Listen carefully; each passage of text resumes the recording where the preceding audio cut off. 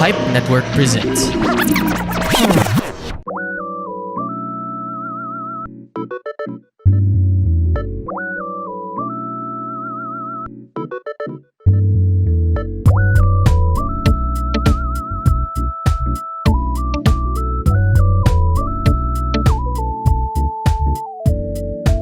Welcome to Pipe Network's exclusive in collaboration with Girls Who Game PH. This is Girls Who. It is a show for girls made by a girl. My name is Man and I am your host. And today we will be talking about girls who teach. With me are Ju, Janellla, and Alex. Hi, ladies. Hello, good afternoon. Hi. All right. Given that this episode is entitled Girls Who Teach, siguro naman gets nyo kung ano sila, di ba? But please give a very short introduction about yourself and, well, more or less why you're here in this episode and not in the other ones. Let's start with Alex. Okay. Hi everyone. I'm Alex. I'm 27 years old. I've been teaching for 7 years now. I'm a preschool teacher. So I teach little kids. Siguro the youngest that I've taught is 2 or 1.6. Wow. Yeah. Yeah, 1 year and 6 months. And the oldest maybe is like 12. But mostly I teach sa mga 6 years old and younger. Yeah. Parang 1.6, yes. Yun pala ang dami ko ng tanong. Pero sige, let's move on to the next person. How about you, Janellla? What do you do? Hi, good afternoon, everyone. I'm Janellla, 29 years old. I've been teaching for 8 years now. And just like Alex, I majored in preschool education, but I did not really teach sa preschool. I went straight to elementary, which falls under the same umbrella, actually. So ever since I started teaching, I taught English to elementary students. I've handled grades 1 until 6. Ayan. All right. Thank you, Janellla. Last and especially not the least, Ju, what do you do? Hi, I'm Ju. I am a speech language pathologist. I work with pediatric clients, although my profession can handle both pediatric up until geriatric.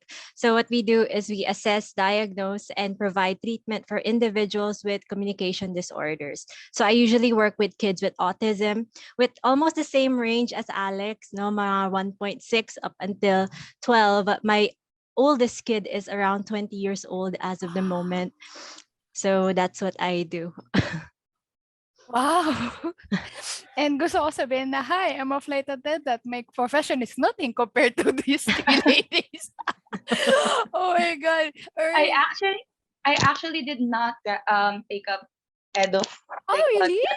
Yeah, I'm a mass comm graduate. And then after I graduated, I took up sales and then I decided to shift my career after a year of graduating. Sobrang layo. Oo nga eh. But I thought, Interesting. I thought kailangan ng degree to be a teacher. I mean, education degree, I mean. Yes. Now, in some schools, I actually tried lang. And then dun sa first school ko, which I'm not going to mention, Okay. hindi daw required. So since preschool siya and it's a progressive school, it's very different from, we do not follow yung sa DepEd na tinuturo yung merong standard. Uh-huh. And then eventually, nag-iba na din yung, well, it's very complicated. But there are a lot of schools, just so you know, maraming international schools, especially progressive ones, Uh-huh. they do not require na meron kang, that you're a let passer. That they do not require na let passer ka as long as, yung iba, they require that you have yung eduk units. Uh-huh. Yes. Yes, and then 18, pwede yeah. kang- yes. And then some naman, kailangan magkaroon ka ng mga seminars and IELTS and then you can teach. Yeah. Oh, wow. You'll be surprised how many teachers there are out there na hindi edu grad. Wow! Talaga? Mhm. So, meaning may pag-asa pa ako. Yeah. Oo. You're very patient. Oo. Oh my God. Yun, I was about to ask, speaking of patient, you said your youngest student is almost 1.5, 1.6 years old. Hindi ko na-realize na teachable na pala in terms of like proper teaching techniques na pala yung ganong edad. Kasi more or less parang kakasalita. Ay, hindi naman kakasalita. Parang 1 year Actually, pala hindi pa sila nga nagsasalita. Oh my God, paano yun? Yeah. Well, hindi, since I mentioned earlier, we're a progressive school. So wala kaming books, walang ibang worksheets. We do not do those things. Puro, we do Montessori materials, yung Yeah. mga ganun. So it's very Mm-mm. easy for kids to adapt to those things kasi it's like yung learning environment is very adaptable sa ganung age. It's like a play Uh-huh. environment. Okay. More sing and song. Mga kanta-kanta, sayaw-sayaw. Ay, ang cute. Pero, is this like a class or one-on-one siya? No, it's a class. It's a class. Ang galing. And what's the Yeah. biggest class that you've handled? Like the number of kids, 15. Yeah. But for 15. 15. For kids na 1.6, it's just 6. Dapat talaga sobrang konti lang. You have to have like Right. 2 teachers because Right. sobrang accident prone nila. They're just walking Oo. 1 minute and then after 5 seconds, nadapa na sila. So, kailangan sobrang safe no environment for them. So, yung 15, that's like around 4 to 6 years old. 4 But to for 6. kids, like 1.6 up to 2.6, maximum na yung 6 na bata in one class. Grabe. And you've been doing it for 7, 8 And years? anything bigger than that class size would be Oo. a little chaotic, actually. That's true. Talaga ba? Yes, talagang the smaller the class size, the Mhm. better. Yeah. But hindi ako nag-focus then because I really can't handle kids that young. So I only Mhm. did it like for one summer. Sila yung youngest ko and then after that I told our directors na Bye. hindi ko kaya. I can't. Hindi ko kaya yung susukahan or iiyak. Ah, Alright. Yeah, oo you nga, have to kasi Very most of them valid. are not yet potty trained. Yes, Yes, very much. for that age, the most important thing na iisipin ng teacher is yung normalization. Right. Yung pagiging at ease nila dun sa environment na maraming Uh-huh. kids. Most Uh-huh. parents, they enroll their kids to schools like this kapag meron silang issues sa maraming tao or they have sensorial issues. Yeah, And that's that's true. what Because they it's do. early intervention, no? Yes, It's, yes. Ah. Mhm. So, but how do you differentiate? Like, kunyari, there are some who have social anxiety. How do you differentiate yung batang sadyang mahiyain lang or yung talagang may concern? Me? Or Actually, pwedeng Anyone? Anyone. Yeah, go Janellla, Alex. yeah.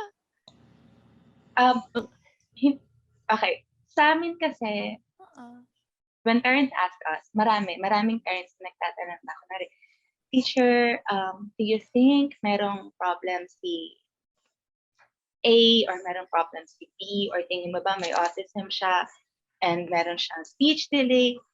Hindi ako nagsasabi na, mommy, kasi ganito, tingin ko meron. I don't say those kinds of Mm-mm. things. Whenever they tell me that, I always tell them that I'm not in the position to say anything. So if they feel like there are red flags that needs to be addressed, it would be more beneficial for the kid if they seek professional help, like for teacher Jude. Right, right. Yes, and usually we follow a flow, no? Parang when Mm-mm. as early as 1 year old, you can get them assessed na agad sa developmental pediatrician. Then sila yung magsasabi na, oh, is it within the typical range? Do you need Alright. therapy to address it? Right. Ayun. So it's ganun siya. Pero it's right, no? Kaya maganda yung collaboration between therapy and teachers of all of all levels kasi nga yun yung goal rin namin is really for them to be adapted into the setup na required in schooling. Yun yung pinaka goal as well as yung mga iba pang social expectations, I guess. Right, right. Ang ano pala, parang ang what do you call this? Ano sa utak ko, tedious? Pero hindi. Yung parang ang meticuloso pala. Yung parang kasi siguro it's very formative yung mga years. Is it?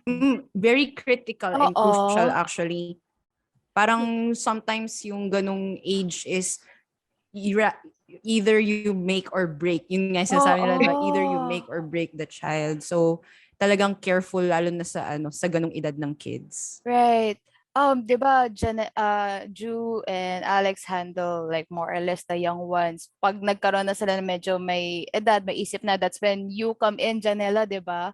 Yes, kasi I've handled 1 diba? to 6. Oo. 1 Oo. to 6. Paano yun? Parang like, is it really a big difference from normal preschool kids tapos pag pumasok na siya na elementary or more or less parang nagde-develop pa rin? It's actually somewhat a chain.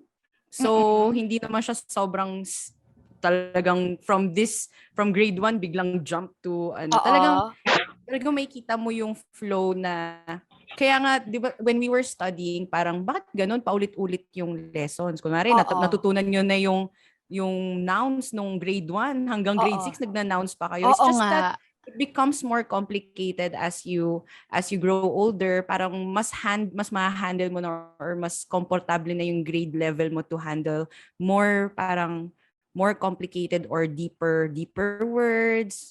Yun yung mga ganun. Kasi syempre nung grade 1 ka or nung younger ka pa, mas madali yung content. Oo. Pero I remember talaga pag kunwari yung handle ko ngayon is 1, 3 and then 5. So parang may jump. Parang 1, 3, 5. tag dito 1 year gap ganon. So parang from grade 1 na medyo chami-chami, tapos Oo. grade 3 medyo kailangan chami-chami ka pa rin pero hindi masyadong chami-chami. Pagdating ng grade 5, okay. Yun na yung medyo mas strict na, mas alam nila yung rules. Oo. And 'di ba ito nga nag-online tayo for 2 years, online Oo. classes. Pansin ng mga tao dito sa bahay na, "Uy, ate, bakit ganun yung pakikipag-usap mo? Ano bang grade level yung handle mo?" Mm-mm. So, yun.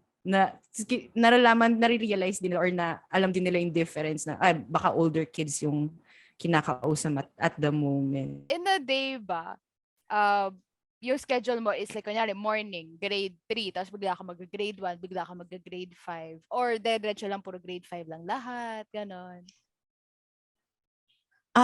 It depends actually.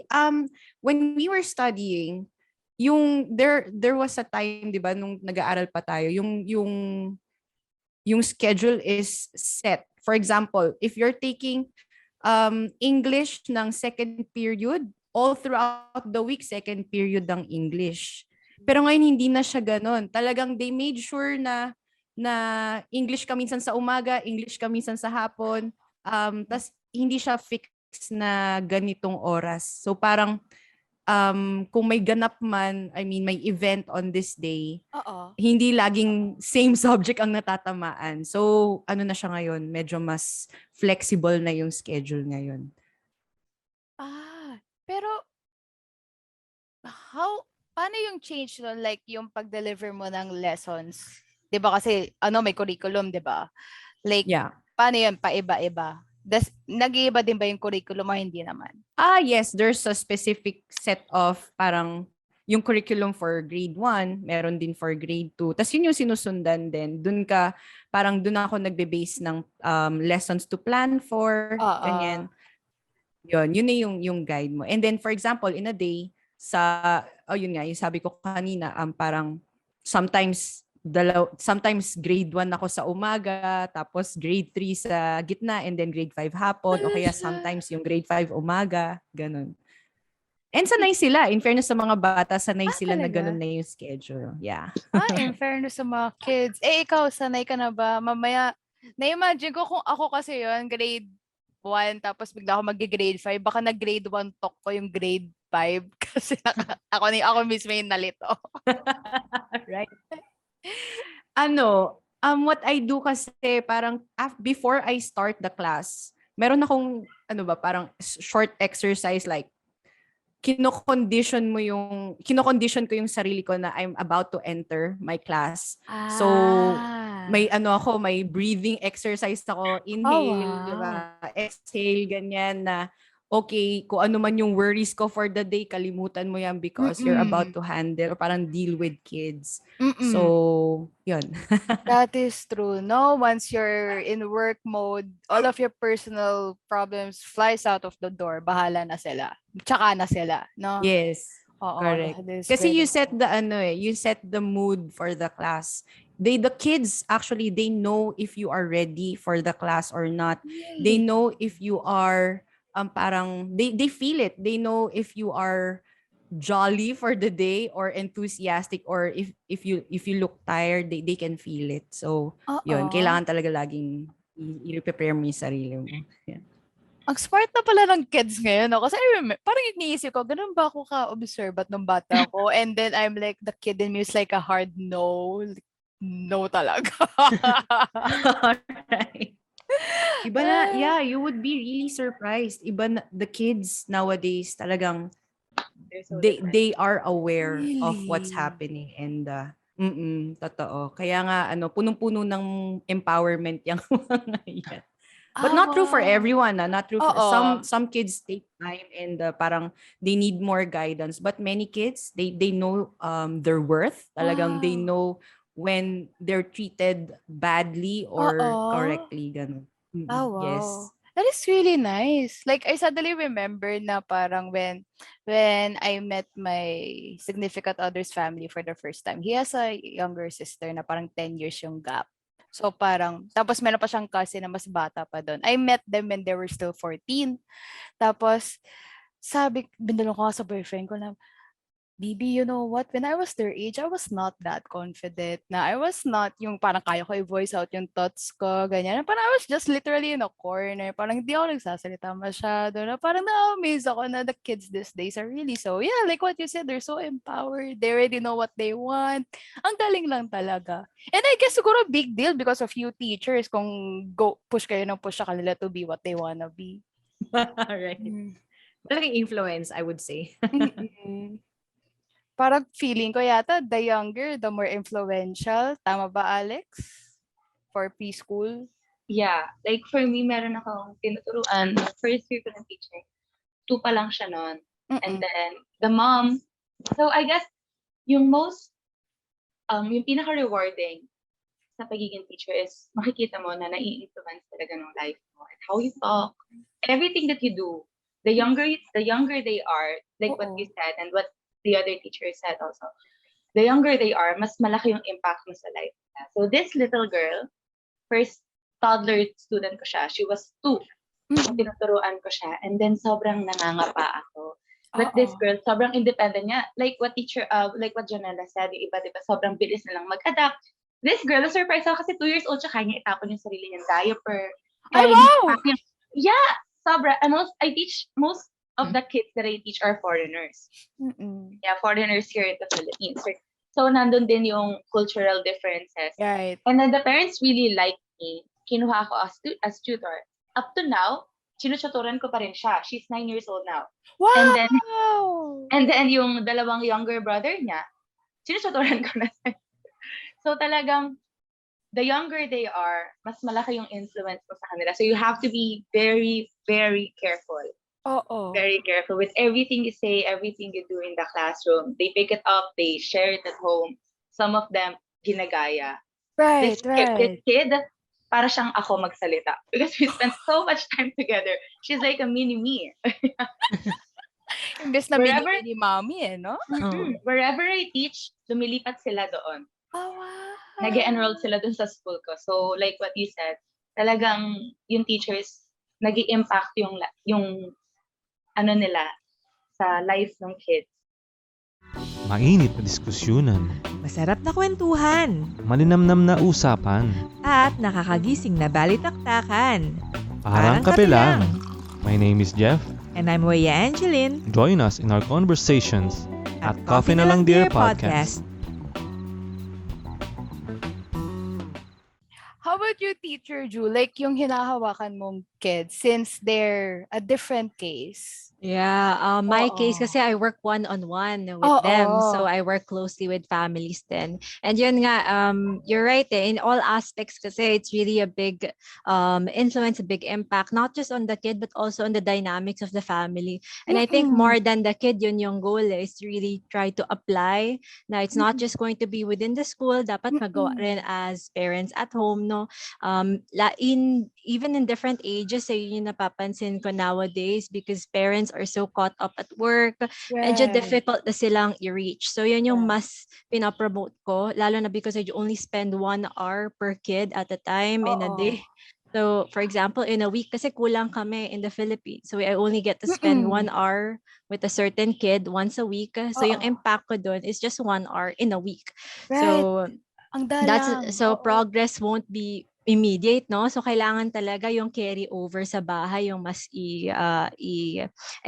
Pero again nga, ang dami kasi ngayong factors like ayan yung mga gadget, syempre and work na parents and yung lack of environment pa ng kids ngayon kasi nga this online na lang, ano pa yung iba nilang environment kung hindi bahay, the same old routine. So yun yung medyo nagiging struggle as of the moment. But I think naman, yun nga, given these, it's really nice hearing from you, Teacher Alex and Teacher Janellla, actually. Kasi I'm also learning about kung ano nga yung expectations for my kids, hopefully, 'di ba? If ever maka-absorb na sila into regular schooling. Na I guess it's really nice din na sobrang laki nga ng impact as teachers and that you can also see yung ganong klaseng growth from your kids. Ayun. So hopefully you can see my kids in your classes. Di joke lang sana.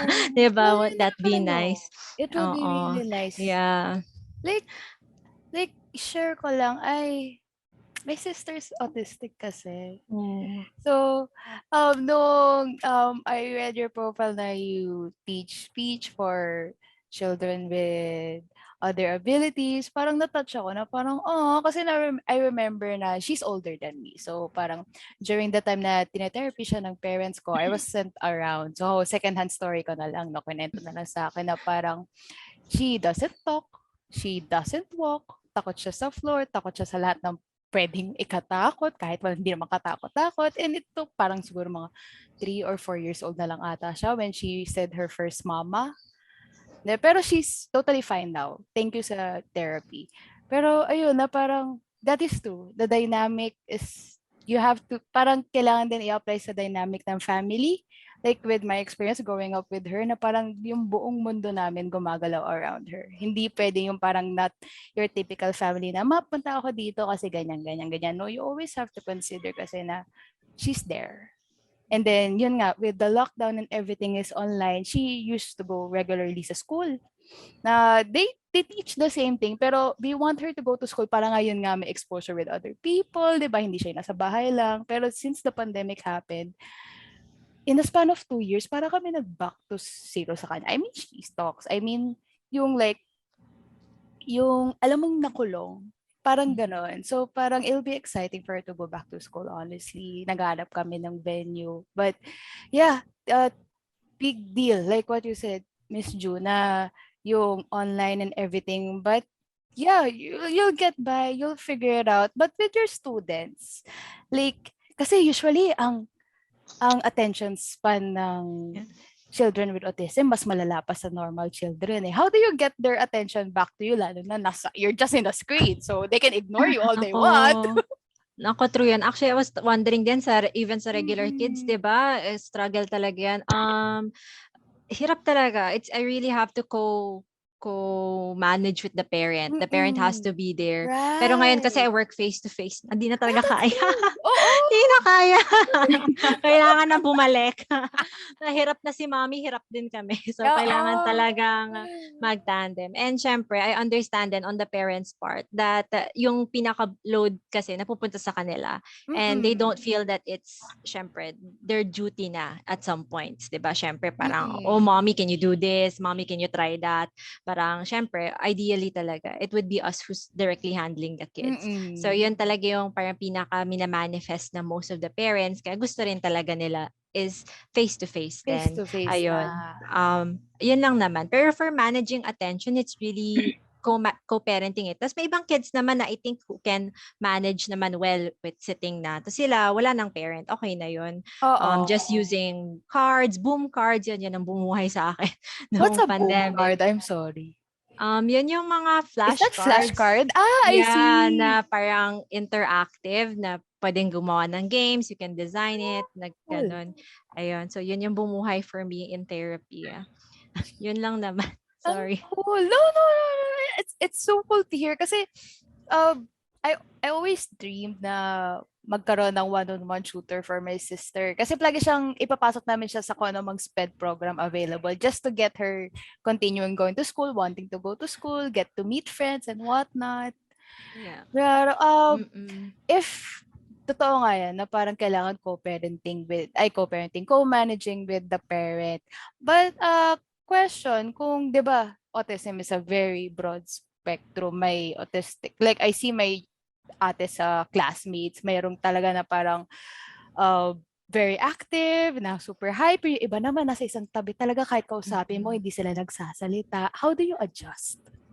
I think naman it's the same rin as the other teachers adjusting with Mm-mm. different classes, no? Oo. Parang usually naman it's really having to prepare yourself knowing the student who comes next. Doon Oo. ako minsan nalilito kasi I have 8 kids a day. Minsan, sino nga ba Oh, ulit yung sunod kong wow. student? Oo. So kailangan memorize ko na sila. Ngayon kasi bago ulit sila because of the pandemic, most of them stopped. Some didn't Right. get online therapy. So medyo bago ulit yung decking this time around. So it's still it's a process of really knowing what they like, what they don't like, and then adjusting that and then building rapport. Same lang then I guess in just different lenses, kumbaga, no? Ayun. Actually, can I ask a question kay Teacher Yeah. Alex and Teacher Oh, Janella? go Kasi ahead. 'di ba may kakapasa lang na parang sa DepEd ba to yung inclusive na ang magiging na they can already absorb even kids with a little bit of learning disability. Nag-change ba yung curriculum niyo for that? Because ang dami kong parents na really hoping to get into regular schooling na I can't say rin kasi I don't know the expectations for regular schooling Ayun.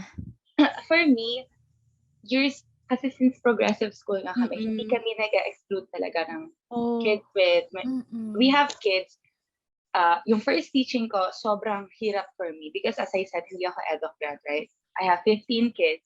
Yung isa may Down syndrome, one has autism and speech delay, the other one has ADHD and speech delay. So sobrang hirap niya.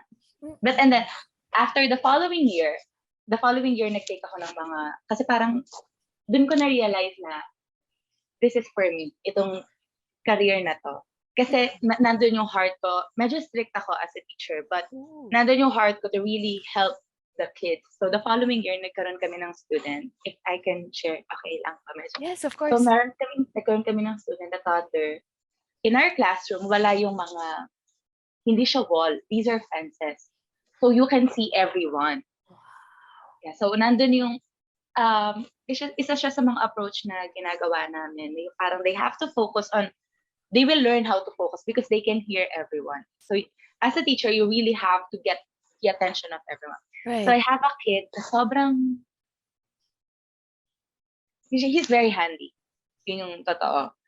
But I love him so much. But the thing is, kapag papasok na siya, yung sobrang lakas na sumigaw, sobrang lakas niyang nananakit siya. I remember one time, he pulled my earring, napunit yung earlobe ko.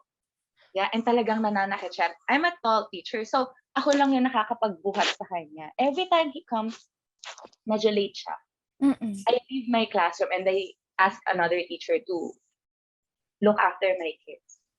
And then, ako yung mag-stay ng matagal. So, kung gaano katagal siyang mag-take na mag-calm down, andun ako sa labas. So, for me, yung inclusion, I am all for it as long as the occupational therapist or yung therapist niya is merong go signal that this kid is up for an inclusion. Right. That's Because true. if not, it's not gonna be beneficial for everyone. Because we also had a kid na meron siyang ganon. Na-diagnose na siya with autism. The parents, ayaw siyang tanggapin na merong or what. Pinipilit siya. Walang natututunan yung kid. So, like what you said, Teach, kasi kailangan talaga na nako-continue yung learning at home. Right? Especially with online. Nung online, like I said, most of the students that I teach are foreigners. So, hindi sila nag-i-English yung iba. 1 hour of teaching. And then, some of the parents, they expect they're going to speak in English in a while. Hindi naman sila nag-i-English at home. So it's like what Teacher Ju said, it's very important na talagang yung communication ng teacher and ng parents. And if may condition yung kids, kailangan talaga ganun. Kasi I contact the therapist of my students and I get the assessments and then I continue it at school. It's very important kasi yung routine, especially for kids with autism, hindi pwedeng mawala yung routine nila. True. Oo, that is true. Yeah. Yeah. Ayun lang. What about Teacher Janellla? How about you, Teacher? Ako, I really agree with what Teacher Alex said about first and foremost, you have to think about if it's going to be beneficial. Pwede, kasi we can push for inclusion. That's not really an issue for me. I mean, for what I think. Kasi I've been to a Catholic traditional school, Nice. and I've also experienced teaching in an international school. So I've seen both worlds. So I've Right. experienced I've had the taste of both worlds. Um we try sa regular class, kasi nga since there is parang a push for inclusion, and that's fine. I'm not against it at all. However, yun nga, tulad ng sinabi ni Teacher Alex, first thing we need to ask ourselves, gaano ba could this kid handle being in a regular class? Right. Kasi if not, then it won't help him. Kahit na yun Oo. kasi ang mahirap din eh. Kasi parang siguro feeling, I mean, kung ako naman parent, maybe feeling ng parent, my kid would be labeled if hindi siya ma-push sa regular class, right? Right. But then yun nga, maybe we have to parang break in gently na kahit na i-push natin sila sa regular class, but if the case is severe, then it would be most beneficial for the kid kung hindi siya isasama sa regular class. Kasi at the end of the day, pwede natin siya isama sa regular class, but kung hindi naman makakatulong yun for the kid, then it would defeat the purpose. Right. Ayun. Totoo. Tapos sayang pera pa, sayang effort. That's And it true. affects the other kids as well. Right. Yes. Yun nga. Oo, yeah. totoo. Oo. Lalo na sa traditional school. Yes. Ano ang class size? 40, di ba? Yeah. Wow, good luck. Oo Hindi nga. mo pwedeng yung attention mo nandun lang talaga sa child Isang with special yeah. needs. Yeah, that's true. Oo. That's That is valid true. din. Oo. Lalo na pag kunyari yung like the developmental years. Kasi I remember my mom told me na when I was, well, toddler years growing up, parang ganyan, until nung yung wala pa akong kamali-malay sa buhay. Hinihiwalay ako kay ate kasi their fear is monkey si monkey, diba? Magaya ko siya.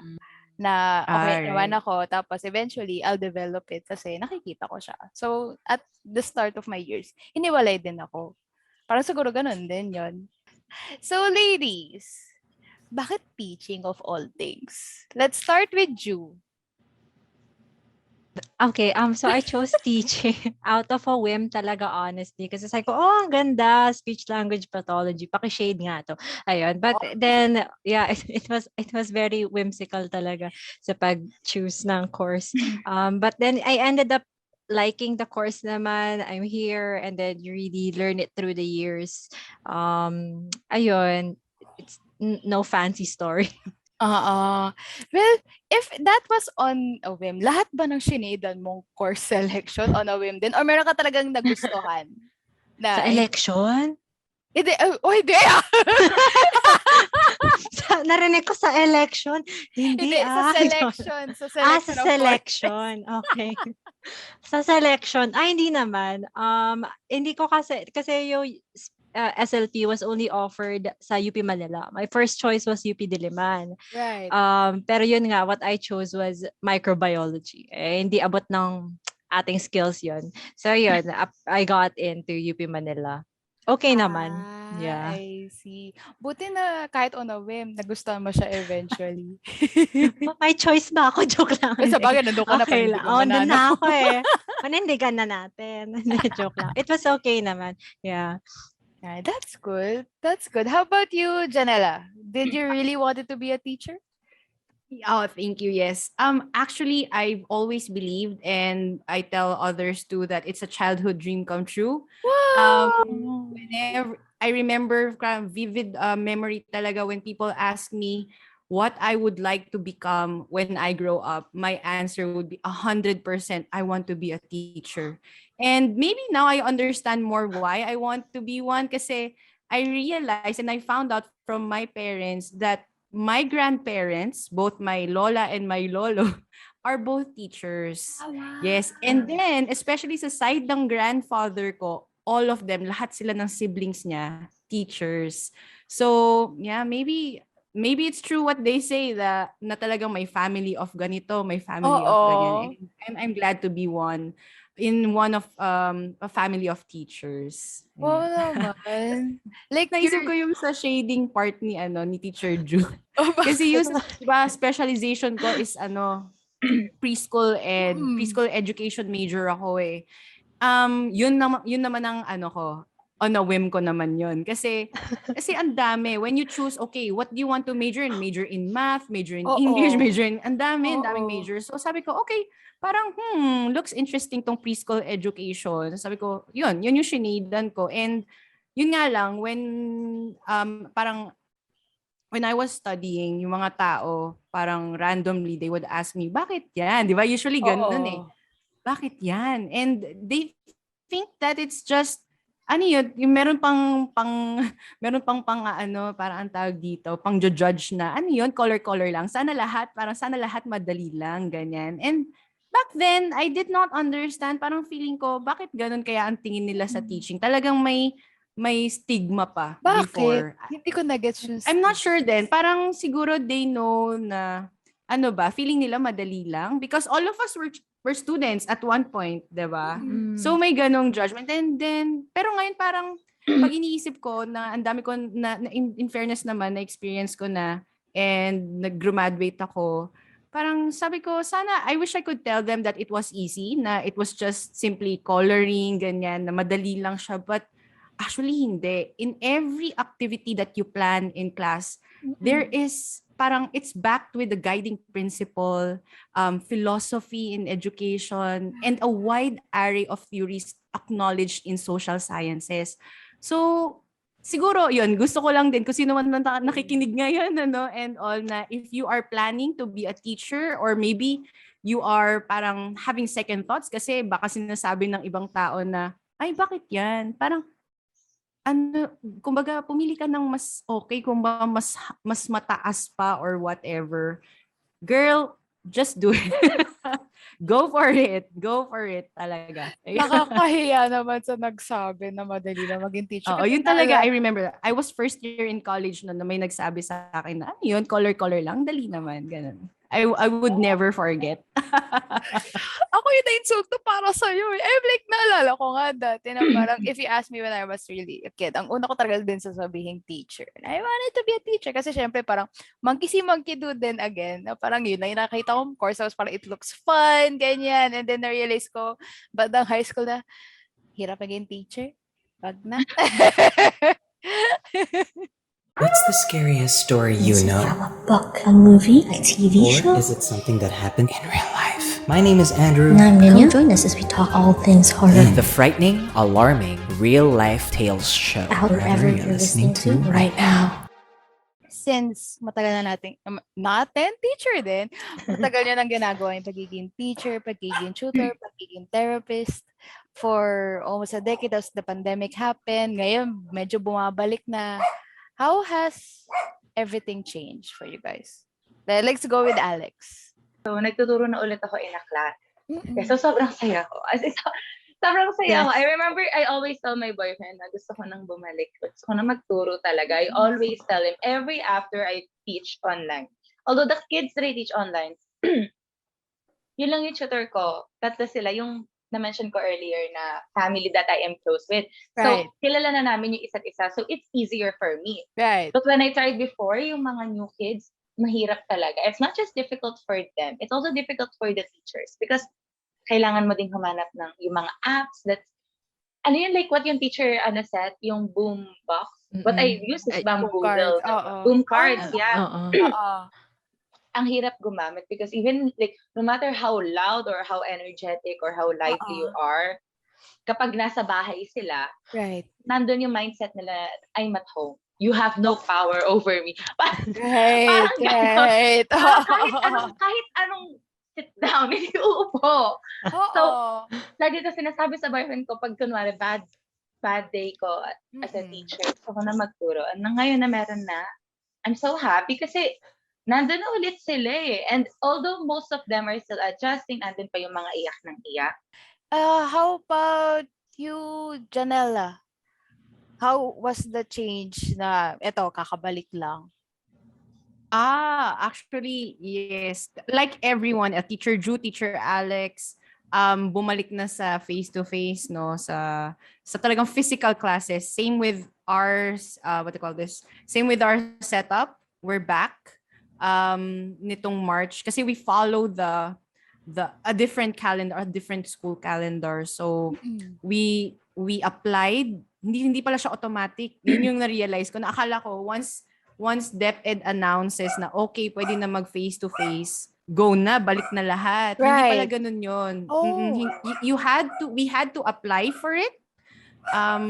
So they had to make sure, so parang people or representatives from DOH and DepEd came to visit to check if we are really ready.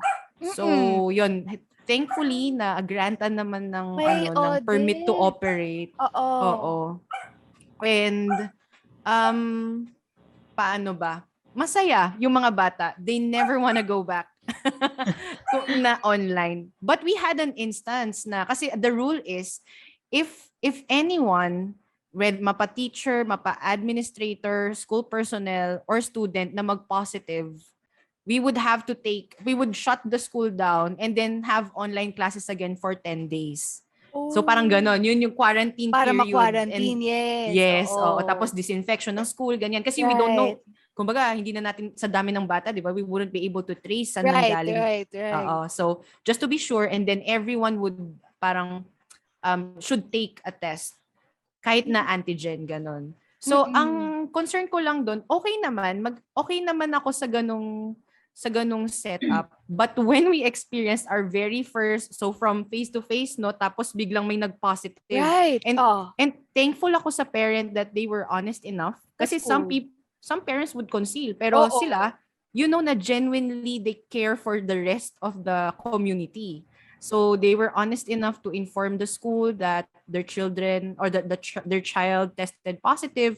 So, yun, automatic. That night, parang that was a Monday, 10 p.m. nag-message yung head teacher namin. And then they said, okay, starting tomorrow, online tayo until ganitong petsa. So parang kami, wow! I mean, Bigla. well, we know that would happen. I mean, yun yung preparation namin. Pero iba yung ma-experience mo na. And the others, oh my gosh, paano yung materials ko? Everything is in school. Mga ganyan. Yun yung difficult thing, I think. Kasi, good thing for me, I mean, not to to brag or maybe ganun na rin. But, kasi since I was expecting na maybe one of these days may biglang mag-positive, all my materials nasa Google Drive ko. That's good. So, mapa-online tayo or mapa-school, at least I have something to use. Yun nga lang, yung mga physical parang materials, instructional materials, yun yung nasa school and wala ako. So I had to look for something sa bahay to parang to substitute for what I really planned for or in using. How about you, Ju? Di ba you're part of a school or of an institution? Paano na nangyari nung nag-transition back na to face-to-face? I know you're really happy for face-to-face. Actually, naka-face to, by the way, 4 years pa lang ako nagwo-work. Baka lang, for talaga? clarity, yes. I graduated noong 2018. Anyway, yung sa work ko kasi, I work in a clinic. So, open na siya nung ECQ kasi it was under the health services. It was more of me na ayoko pumasok. I wasn't ready. Parang gusto ko sana na may vaccine. And lalo na for the parents. Yun kasi yung pinaka-worry ko. So, I didn't want to expose my parents unnecessarily kasi nga iba-ibang students yun bawat hour. So, and then plus feedback with parents. I think ngayon na pumapasok ako, the biggest change is, although it's the same lang naman na same setup na before we had 15 minutes interval for disinfection, no more feedbacks with parents, medyo getting there pero we're using PPEs. So yun yung medyo naka-PPE kami. And yun yung medyo funny at the same time weird kasi yung mga kids, na sila, for example, I work as a speech therapist, so I really have to see their mouth. So yun yung pinaka-difficult sa akin ngayon is teaching clarity of speech with of their face masks on. So sometimes binababa ko with the parents' consent, okay. Oo. Yeah, so disclaimer lang, binababa ko. And then the kid would kusang tataas niya. So may mga ganun na yung mga kids. So they already know the format na I have to wear my face mask, I have to wash my hands. Ayun. Oo. Yung parents na ngayon nagsasabi na, teach, pwede na lang ba mag-clear table na lang kayo para makita niyo yung mouth? Pero hindi kasi pwede kasi nga parang the air is still Ganun din there. naman, So right? ganun din. Right. So I just really have to keep my face mask on. We also have kids kasi who don't wear face masks at all. Again, di ba, kids with sensory issues who really can't tolerate the mask. Pwede pa rin silang pumasok. Yun nga lang talaga, syempre, nasa discretion na yun talaga ng clinic, having to disinfect, having to really provide having to provide better services nga na kailangan maglinis agad after gamitin yung toys, after gamitin yung table. Ngayon naman, wala pa naman kaming cases and hopefully tuloy-tuloy na. So, carry naman. Good job. Ayun. So, yun lang naman yung transition. Still a lot better than online talaga. Oo. Correct. I can Oo. imagine. Ladies, thank you. Let's talk about you being a teacher as a girl. I understand that the education industry is female dominated. Ewan ko, from my experience, parang growing up, halos sa atong teacher nakikita ko babae. So what's the benefit na babae ka and you're a teacher? Oh, benefit. Let's talk about benefits. Yes. Actually, children, di naman I know there are children who enjoy the company of male teachers. Pero the motherly instinct, I think, especially for the young ones, yun talaga kumbaga, that's why women are the front runners as teachers talaga. Kasi they have sa male teachers, they have the father figure. Pero they're more parang sweet. Oh yeah, they're sweeter around female teachers, especially kung ang teacher ay talagang sweet looking at hindi Miss Minchin level.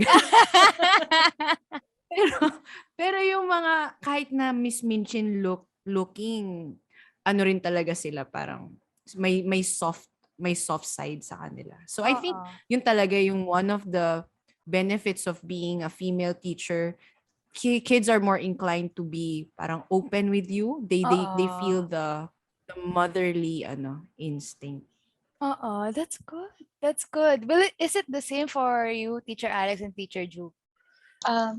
For me, mostly same siya. But kasi I also teach taekwondo. So kapag, like I said, yung school namin, we're very progressive. We teach cooking. Nasa Gen Ed namin yung cooking, yung art, yung physical education namin is taekwondo and parkour. So before syempre nagka-taekwondo ka, and the kids, na mabigat, syempre hindi mo kayang buhatin lahat. So kailangan, like lagi kailangan merong stash ng salon pass. Kasi yun yung nakita ko na cons ng pagiging babae, especially when you're teaching kids na mga pabuhat pa. Nakakapagod talaga. And all of my pants before, I remember, like, kupas yung tuhod part kasi kailangan tapos bubuhatin mo sila. So, important, although female-dominated, like what you said, yung education industry here in the Philippines, I think it's better if ma-encourage yung mga guys na magturo din. Masaya kasi magturo. It's very rewarding. Yeah, masayang magturo. And like what Teacher Janellla said, nandun yung instinct mo na motherly figure ka. Although, remember I said nagturo ako ng younger kids. Like yung mga, nandun yung ikukunin nila.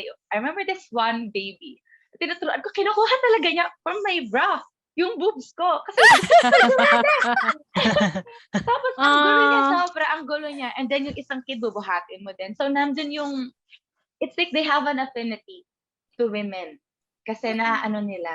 But for guys naman, nandun yung, yun yung na-observe ko, nandun din yung affinity ng boys na tuturuan mo sa lalaking teacher. Yeah. Kaya I think it's very important for industries, for schools to have both male and female teachers. Dapat equal talaga. Agree. I see. How about you, Ju?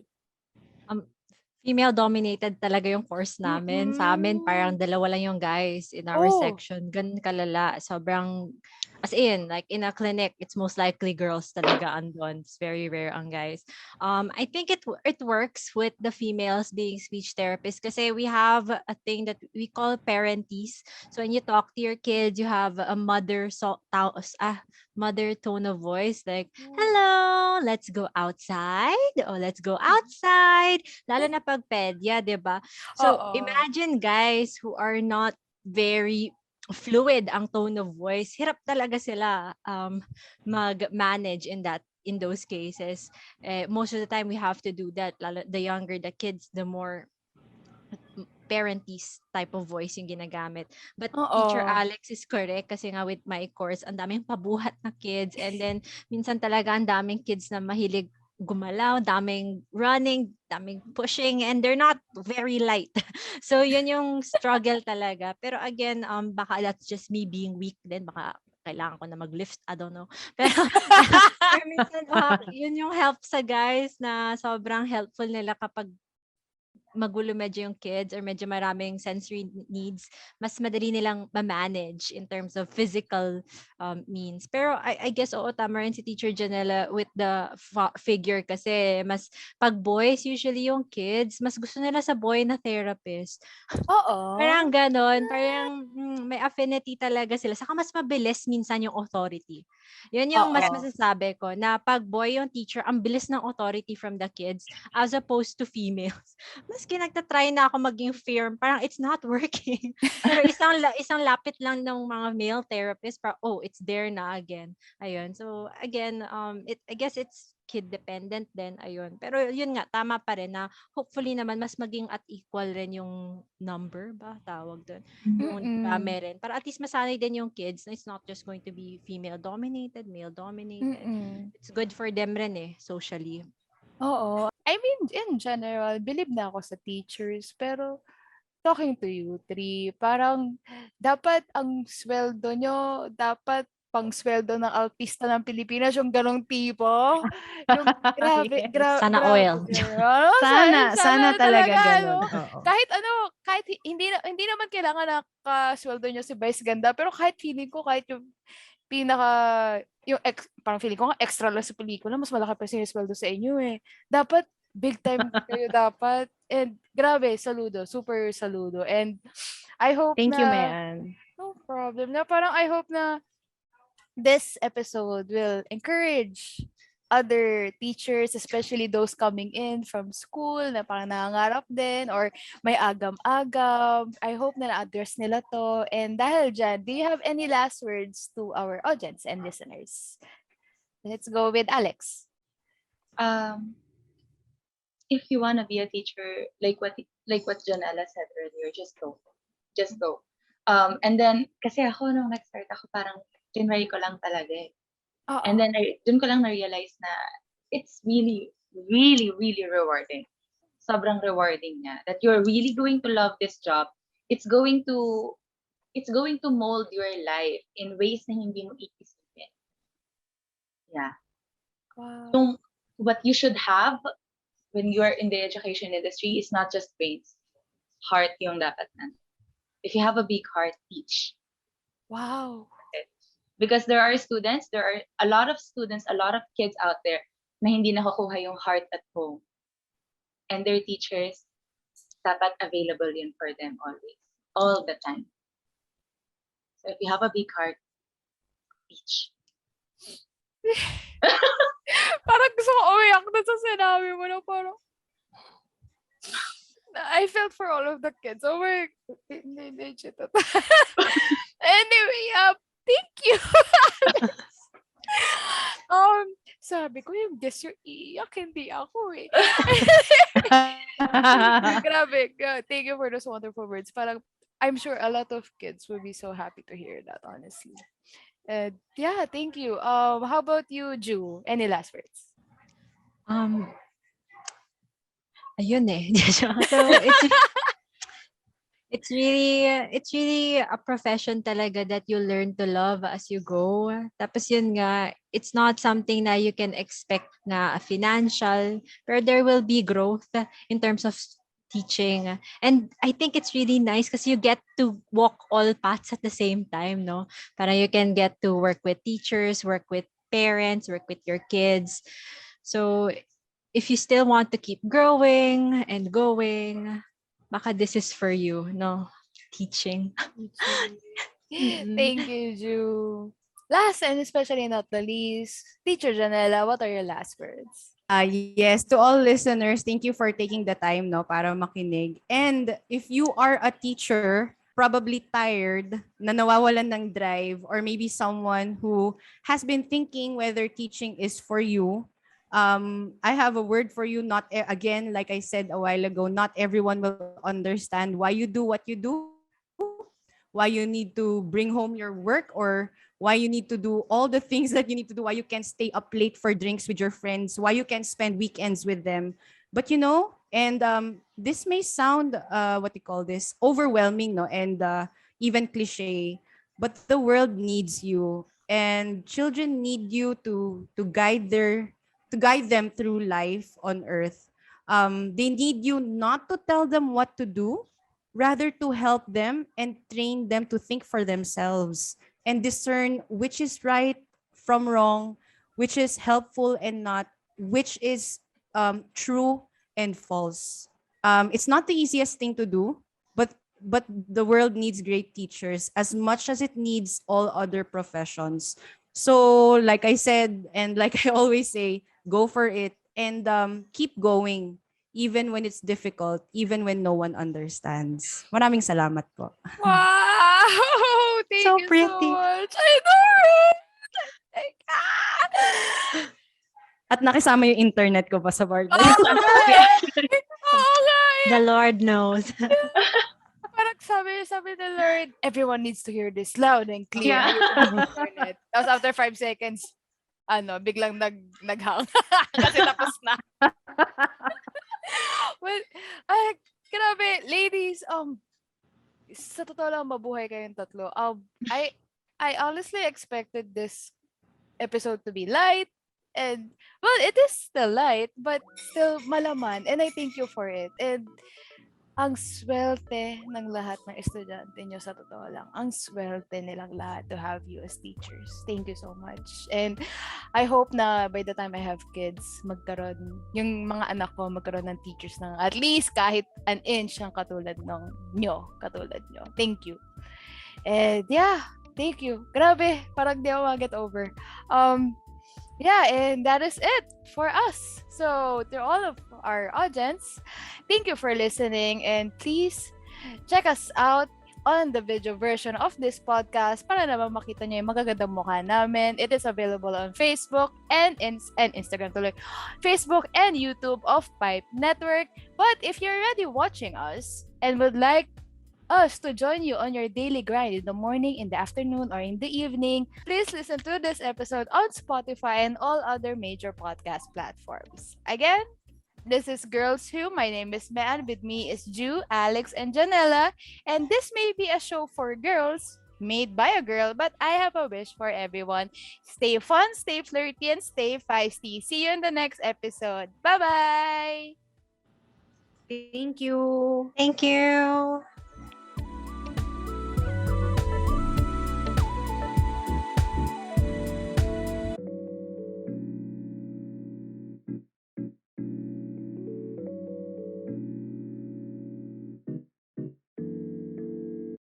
For more local podcasts, check out more shows from Pilipinas Indie Podcast and Entertainment Network.